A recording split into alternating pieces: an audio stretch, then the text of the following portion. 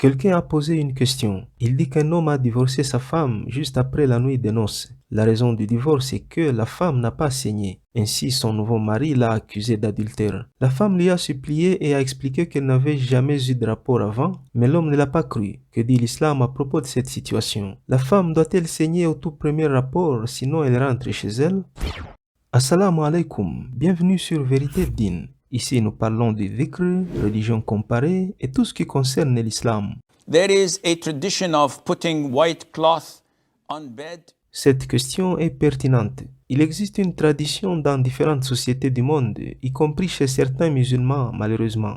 La tradition consiste à mettre un drap de couleur blanche sur le lit afin de vérifier si la mariée a saigné ou non. Mais je vais dire que c'est une tradition honteuse. C'est dégoûtant. Cela n'a aucun rapport avec l'islam. Aucun homme avec honneur et dignité ne penserait jamais à faire quelque chose d'odieux comme ça. Même les animaux ne font pas des choses comme ça. L'hymen d'une femme n'est pas toujours brisé au premier rapport. Parfois ça prend 3 rapports, parfois plus. Il arrive même que l'hymen se brise sans saigner. Ceci arrive à la plupart des femmes pour différentes raisons, y compris les activités physiques, comme le travail du champ, le sport, le vélo, etc.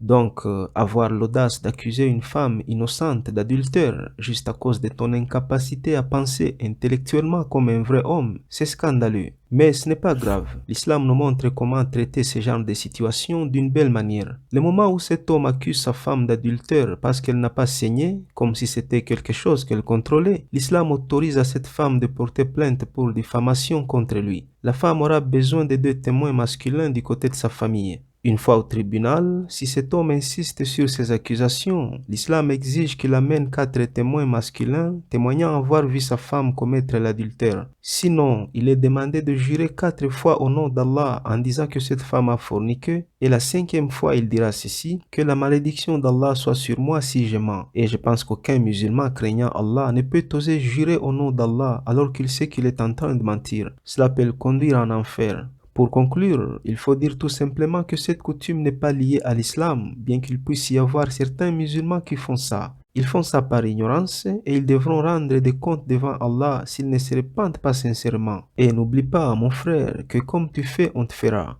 You will have tomorrow daughters and you will have sisters. Aujourd'hui tu as des sœurs, demain tu auras des filles. Est-ce que tu souhaites que ta sœur ou ta fille se retrouve un jour victime de cette coutume sale? Sinon, pourquoi tu fais ça pour la fille ou la sœur de quelqu'un d'autre?